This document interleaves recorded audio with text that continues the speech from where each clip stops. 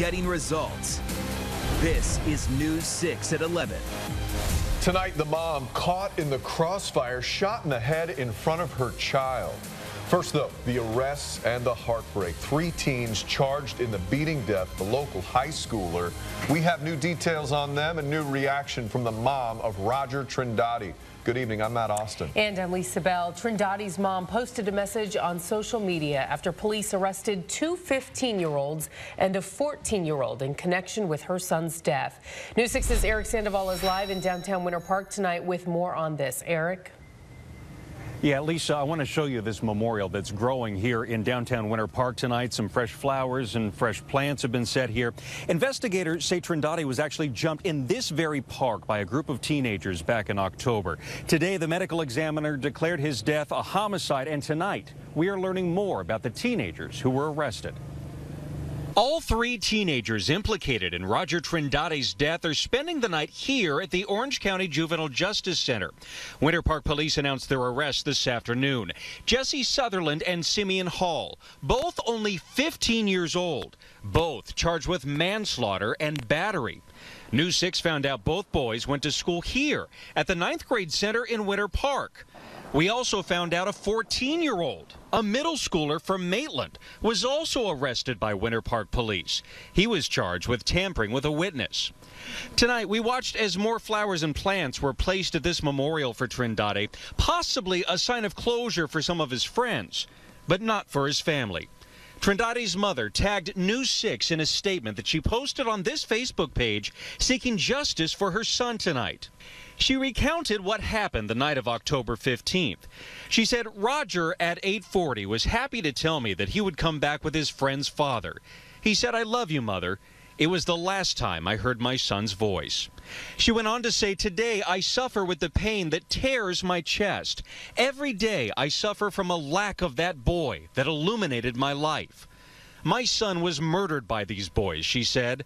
"I'm going to pay a very high price every day of my life for not having my son with me. My penalty cannot be bigger than theirs." Now, we also found out one of the suspects, Jesse Sutherland, was actually apprehended in Virginia. Apparently, he left this area right after this attack happened and was staying with some family up in Virginia. All 3 of these teenagers are set to face a judge tomorrow afternoon at the Orange County Juvenile Justice Center, and we will be there to see what happens. We are live in downtown Winter Park tonight. Eric Sandoval, News 6. Lisa? Eric, thank you. Breaking news in Miami now. Video just in from the city's famous Ocean Drive. Police have shut the road down because of threats of a possible explosive. Investigators say someone called in the threats, so now they're out there searching and getting people that pack that area every night out of the way. Definitely a fluid situation right now. We'll bring you any updates during this newscast. Also developing new details in the rush to save a mom shot in this car right here in front of her child. Deputies say they were innocent bystanders caught in the crossfire. Jennifer Ortega is live at the scene for us tonight. It's near Pine Hills Road and Belco Drive. Jen? We're told that mother is still in critical condition, but that child was not hurt. They're staying with family. Tonight, we spoke to a woman that lives right across the street from this gas station. She says she heard the gunshots. It sounded like it was about six or seven shots. And it went pow, pow, pow, pow, pow. And I said, oh, my God. Patricia McDuffie lives right across from this Citgo gas station. Says she dropped to the ground when she heard the commotion. So I went out my front door and went in the parking lot. My granddaughter called the police. Everybody was calling the police. That's when she says she saw the woman in this blue car with the shattered window. Little did she know there was a young child in the back seat. My play son-in-law, he went over there to try to help the girl, and by putting a towel or something on there trying to stop the bleeding and whatnot. As you can imagine, it's a young child not knowing exactly what happened, scared of hearing shots, not knowing exactly what's going on with the mother. Right now, deputies think she was an innocent bystander who was shot at least one time in the head. She got shot like 4 times, and somebody said that, I'm about to cry. And then the other face got messed up too. Patricia says shootings have been happening more and more in the area, and she doesn't even feel safe walking to the store. I wish to God and pray to God they would give Pine Hill some help because we really need it out here. Anytime any shooting or trouble going on, I dial 911. Get out here. Deputies are looking for at least one person in an SUV that was seen leaving the area. If you have any information, call Crime Line. Live in Orlando, Jennifer Ortega, News 6. Okay, Jen, thanks. Well, at this hour, we're waiting to hear how a 1-year-old was burned with candle wax. Sky 6 was there as paramedics landed at Arnold Palmer to treat the girl. This happened at a home on Crimson Lane in Deltona. Investigators told us she was burned over 22% of her body, all below the neck. No word on her condition tonight. Now to another big change in the weather, and a big chill is coming our way, and get ready for another round of fog. Chief Meteorologist Tom Sorrells is pinpointing it all for us. Hey, let's start off by taking a look where we stand tonight with cloud cover. Not a whole lot of cloud cover left tonight. It's been a pretty clear day and a good run. We warmed up into the 70s. We weren't as hot as yesterday. Temperature readings across the southeast tonight. 64 in Orlando, 64 in Tampa, 57 up in Jacksonville. Come take a look. Fog is not nearly as rough tonight either. 8-mile visibility versus down to less than 1 last night in Marion County. At this time, I think we're going to do a whole lot better during the overnight in that division. Camera shot looks clear for now. I'll be back to pinpoint more about the fog, talk about the big cool down that's rolling our way by the end of the work week. See you in a few. All right, Tom, thank you. And just in a new look at what's left of 2 homes in Port Orange. Fire ripped through them on Riverside Drive this afternoon, starting in one and spreading to the other. Everyone escaped and no one was hurt, but at this point, investigators have not said what sparked it. Now to the stunning development in the deadly wildfires in Tennessee. Tonight, 2 kids are now charged with being the fire starters. The arrests come as one family continues to look for their grandmother and a city prepares to reopen to the public. Here's DeMarco Morgan. Oh, God. The 2 juveniles arrested this morning for allegedly starting the fire are Tennessee residents, and that's about all officials were able to say about them because they are minors. James Dunn is the Sevier County District Attorney. And all options available to the state when dealing with juveniles are on the table, including the possibility of seeking a transfer of these juveniles to adult criminal court. Hurricane-force winds and drought conditions quickly spread the wildfire into the resort town of Gatlinburg, which gets 11 million visitors a year. 14,000 people had to evacuate, and more than 1,700 buildings were damaged or destroyed. We were there last Friday when thousands were allowed to return to see what was left of their homes and businesses. It's a mess, but this was our bed. Terry Calhoun, husband and father of 4, walked into the family's 1-bedroom apartment that was destroyed. We don't have anything else left, so.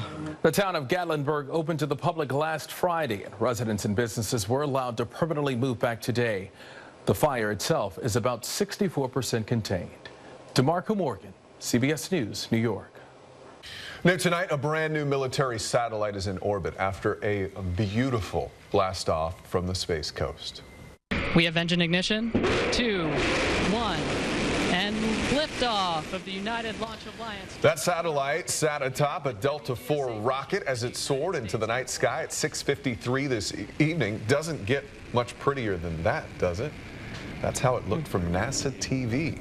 Here's how it looked from Jetty Park as space fans stood and cheered. Oh, that is gorgeous. This cool view shot by our very own James Sparvero out there. The $425 million satellite was deployed about 45 minutes after that launch you're looking at. Clear skies tonight, giving everyone a nice view of that. That's good stuff. New tonight, a controversial takedown. Yeah, police arrest an amputee in a wheelchair, what she's accused of doing, and why some are asking if officers went too far. Tom? All right, take a look. The winds are dying down. That's going to set us up for a little bit of fog tomorrow morning. I'll be back to pinpoint what fog we are expecting. Then we'll talk about the cooler temps. We start them tomorrow, but they really get chilly on Friday. Wait till you see. First, though, the nursing students and the night they will never forget. We didn't understand the magnitude of the situation. Yeah. We didn't know what we were walking into. The situation, the moments after the Pulse attack. Tonight, they talk for the first time about what they saw and what they did to make a difference. That's next. Tonight, Donald Trump was named Time's Person of the Year, unless Jill Stein demands a recount. Bears got Sigourney Weaver and Andy Cohen, all new tonight. Live with Matt Austin, Lisa Bell, Chief Meteorologist Tom Sorrells, Sports with Ping, and the News 6 investigators. This is News 6 at 11. Getting results. What makes a hero? Well, the night of the Pulse shooting, nursing students thought they were walking into a regular day. It was anything but. The hours and days after proved it is sometimes the little things that help make a hero. Morning anchor Kirsten O'Connor introduces us to some of those nursing students who made a difference. 5 nursing students headed into a routine clinical shift get a text about a shooting. It was a trauma step-down floor. You know, we do get gunshots, you know, ORMC being a level 1 trauma center. We do see a variety of cases, so it wasn't, while it was something that definitely was significant, we didn't fully realize. We didn't understand the magnitude of the situation. Yeah. We didn't know what we were walking into. Walking into a hospital that would attempt to save the lives of 44 victims, rushed from the Pulse nightclub on June 12th. Because a lot of them were John Does. I mean, a lot of them, when we were taking care of them, everybody came in, they were a doe. I remember taking care of one guy, and we, do an assessment on him, and we get a report from the nurse. And then he starts to wake up and he's asking you questions. And so how do you answer those questions? And the nurses are answering. And then, I just remember holding a hand. Night turned to day, dozens of surgeries in progress. Time was relative. When you're working in the hospital all day, unless you walk by and the TV's on, you have no clue about what's going on in the real world. You're focused on patient care. For me, the hard part was walking through the hallways and looking at all the friends and family. Yeah. You could feel their stare just looking at you. You could tell they wanted answers, but you had no answers to give them. I can still, it made an indelible impression on me, just the faces, the look of despair. It's been said before, in times of disaster, look for the helpers. Just the little things. Would you like some juice? Can I get you a blanket? Would you like a hug? I felt like we were really working together, and it wasn't, oh, you're the students and we're the staff. It was all hands on deck. We've got this together. Together that night and for weeks after. But that was huge to go back and see them progress, and but it was great when they healed and they were walking out the door. It hits home, and you feel like you actually did make a difference. You were there, you were part of that. And even if it's just something very, very minute, I think that we really did make a difference. And the school definitely agrees they made a difference. All 9 of those Seminole State College nursing students were recognized at their graduation earlier today. Kirsten O'Connor, News 6. And Kirsten has more of her interviews on our website. Just head to facebook.com/news6 right now to find the link. You can hear more about how those students continue to help the survivors heal. Some new video tonight. An amputee in a wheelchair arrested. The situation has some asking if police officers may have crossed the line. Stop hurting me! Stop hurting me! Now, Miami-Dade police tried to arrest Mary Brown for trespassing. She's in a wheelchair, has no legs. Officers handcuffed her, and she fell to the ground here. She laid on the pavement, unable to get up, and the officers stand there watching. Just because I don't have legs to move about like everybody else, I still was in my chair, and I deserved it some respect. So I'm very sad, because I was treated very wrong and very poorly. Now, Brown lost her legs to diabetes, having them amputated from the knee down. She was arrested at the gas station where she panhandles. Brown says the officers didn't know how to handle someone in a wheelchair. Miami-Dade police say they need more resources to provide to their officers in transporting disabled people. The officers were both wearing body cameras, but that video has not yet been released. A Salvation Army volunteer is taking the Red Kettle campaign to the next level. He's not just ringing a bell, he's also living inside of one. A Michigan business manager has been living inside a Red Kettle since Saturday. He's calling it 10K Red Kettle Stay. That means he's staying in there until the Salvation Army raises $10,000. His living situation consists of a heat lamp, a radio, playing Christmas music 24/7, of course, and lots of blankets. At last check, he has raised nearly $4,000. I was thinking there'd be a mattress in there or something. That'd be nice. Christmas came early for a group of News 6 viewers. They picked up the gifts they won during our 8 days of giveaway contest. We take care of our people. I got to greet the viewers and reluctantly handed out their gifts. Nick actually was excited and came here the day after. Nick, good to meet you. Thanks for coming in. Thank you. Thanks for watching. Wait, what did he get? Is that the HP? Yeah. Oh, sweet. So Nick won the HP Spectre X360 laptop. That wasn't the biggest thing we gave away. It had to be that 65-inch Sony 4K HD TV. News 6 viewer John Bean from Apopka took the big TV home. He was pretty happy. Congratulations to all of our viewers, including Jasmine, who I know is home watching us right now. She won an Apple Watch. Thank you guys for watching. Cool. Now, did everyone show up to collect their gifts? All 8 people showed up today, and I got to give it away, which is the greatest feeling. Yeah. You get to give away something you didn't even buy. So it was wonderful. How big do you think we are on that TV? I don't want to see us on that TV. Big. Yeah. As big as we are on your screen. Taking up a wall. All right, let's get to it.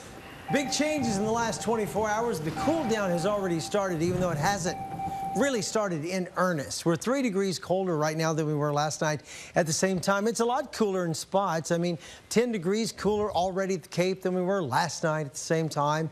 11 degrees cooler in Melbourne. But the big chill is still about 24 to 36 hours away. Let's get on over to Daytona Beach right now. Beautiful night. Visibility is still good. I keep waiting for the fog to take over. It hasn't totally run in here tonight. I mean, you can still see the pier, the lights from the pier going on right now, even though the relative humidity is up to 100%. So fog is going to start to settle in Daytona Beach with the temperature at 59 degrees and a light wind from the southwest.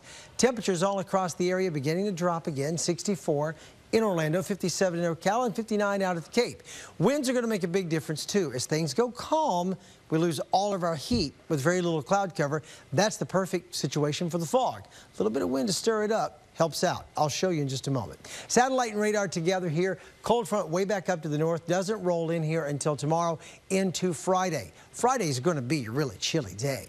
Right now, visibility in Ocala is still 9 miles. Last night at this time, it was 0.8. So they're patchy fog areas already. Look at Daytona Beach, down to 7-mile visibility. Melbourne down to 9. As long as the visibility is still good, no big worries. But you're going to want to jump up first thing in the morning. Tune in meteorologist Troy Bridges, who will be tracking that fog. That's what it looks like right now, the water vapor loop. Here's the clouds and rain forecast. 5 a.m., patchy fog out there. This is what it looks like early. Then it burns off. Just as quick as it settles in, it's gone by about 8, maybe as late as 8:30. I think visibilities will be fine. Through the day tomorrow, a little more cloud cover beginning to build in. We don't get past the low 70s tomorrow. Then on Friday, the next cold front pushes through. And when it does, big difference maker. Daytime high on Friday in the 60s, overnight lows in the 40s. So these are our lows tonight. About 52 in the Villages, 55 in Sanford, and 58 in Orlando. Here's tomorrow. Your forecast brought to you by Del Air Heating and Air Conditioning. All right, come take a look. 59 degrees at 8 a.m. with the fog checking out. 69 by noon. The high tomorrow is 73. That's 2 degrees below normal. Here's the week ahead. Temperature reading tomorrow, 73. Very chilly on Friday. You will need to bundle up. 63 is not a joke. Overnight low Friday night is 47 into Saturday with a daytime high of 69. But by Sunday, we're back above normal. Slight chance of rain Sunday, Monday. Monday's high is back to 80. So if you're a cold weather lover, embrace the next 3 days. Yeah, gotta enjoy it. No. Appreciate it. Tom Ping is in. He was just over at the Amway Center. Yeah. Oh, I was hanging out tonight. How'd they do? Oh, no. Oh, Tommy. no. There was a chill in the air, but I'm going to tell everyone not to panic. You jinxed it, okay? dude. I didn't jinx anybody. Calm down. You did. You said, no way we lose Run this back game. in a second. Calm down. Jinx. Hey, here are tonight's winning Powerball numbers. We've got 49, 64, 48, 41, 53, and that Powerball is 20. Now for tonight's Florida lottery drawing. Good luck. It's your Wednesday, December 7th, Florida Lotto with Extra and Fantasy 5 games. I'm Ken Eflin. Tonight's jackpot is $8 million. Tonight's extra multiplier is 2, and your winning Lotto numbers for tonight are 1, 29, 13, followed by 20, 31, and 26. Now let's play Fantasy 5. You could win hundreds of thousands of dollars. Tonight's winning Fantasy 5 numbers are 11, 22, followed by 15, the number 33, and 28. So tonight's winning lotto numbers are 1, 29, 13, 20, 31, and 26. Your extra multiplier is 2. And your Fantasy 5 numbers 11, 22, 15, 33, and 28. Oh, you were the ultimate jinx. Did you seriously? I never said they were going to win. You said no way we lose this game. No, because in the prompter here, this is what we're supposed to read, okay? Right. Tonight's outcome was pretty much what I thought was going to happen for the Magic. Are you crazy? I don't think I said that. They went 4-1 during their 5-game road trip, with the most recent win coming last night at Washington. I felt the letdown coming as they flew back in Orlando this morning, about 2 or so. Did I really say 0-6? No way we lose this game. Well, I was there. I was feeling the emotion of the game. Celtics were already in town. It was a bad night. Cue up the carnival music. Ed Toy's directing. Listen. Okay, watch this. 9 turnovers in the first half, but it was like a close game in the first half. Look at it. Look at, they're looking really good here. Matt? Yeah. Tom and I and Lisa, we could go out there and we could turn the ball over like this for about $15 million each, right? We could. Watch this one. I mean, like really? 10-year-old basketball is better than that. There's a bucket right there. Look, I'm not trying to be a hater. Positive Ping's coming up here in a second. Bradley with the triple. Final score. Oh, my goodness. Yeah. Vogel. 117-87 the final. Ah! Terrible. But look at Tom. This is what we have here. I'm going to get everyone the Christmas theme. They're at Charlotte on Friday night. I'm jumping on the bandwagon again. Aww. Right? I'm back on the bandwagon. Bad loss, though. It's time for the Magic Cliché of the Night. Yeah, they brought great pressure. Wow, another riveting Magic Cliché of the Night. It's now time for It's Positive Ping. Ginger is at home in bed right now, okay? She was filling in for Lisa the last 3 months. Ginger came up with this segment, and I know she's laughing. The Magic will play their next home game this Saturday against Denver. If you go online, Tom, you could buy 1 ticket that I found for $8. Take a friend or loved one to a game. It's cheaper than Doctor Strange in theaters now. That was It's Positive Ping. You rather watch Doctor Strange? Yeah, I'd go Doctor Strange. All right, we have the Ping Me Tropical Fort inbox. There's a lot of, this is like a carnival tonight in here. Ping. I have to give you props. As much as I hate watching sports with my future husband, I really enjoy watching you. I write into you tonight because I saw your quiz thing you did when you were at the Magic game. Very funny. If Steve Harvey leaves Family Feud, you're my pick. Christina B. from Orlando. This was at 6. Now time for Ping's Pop Quiz. You know, they were just on a road trip, the Orlando Magic. You're a Celtics guy, though. Yep. All right. So the record on the 5-game road trip, 2-3, 4-1, 3-2, or 5-0. This is like a quiz. Now, it's loud in here, but I just said what they were. Let's see if you can pass. I'm going C, 3-2. Are you confident about this? No. You're not? I know they've been playing good, though. They've been playing pretty well. It's B, 4-1. Damn it. It's okay, though. That's good. You know, I Not get bad. you're on live TV. That's like the parting gift. Good. That's good. Todd from Cape Cod. I appreciate it, man. That was good. Okay, after I read this last one, we're going to go to the full screen graphic Ed Toy. Ping you blank blank blank, right? Idiot. Go Knowles, Marty F from Daytona Beach. Don't forget Army-Navy game right here, Saturday, 3 o'clock. Got some college football for you. That guy called me an idiot. That's messed up. It's a holiday. You're a good guy. Thanks, We'll be right back.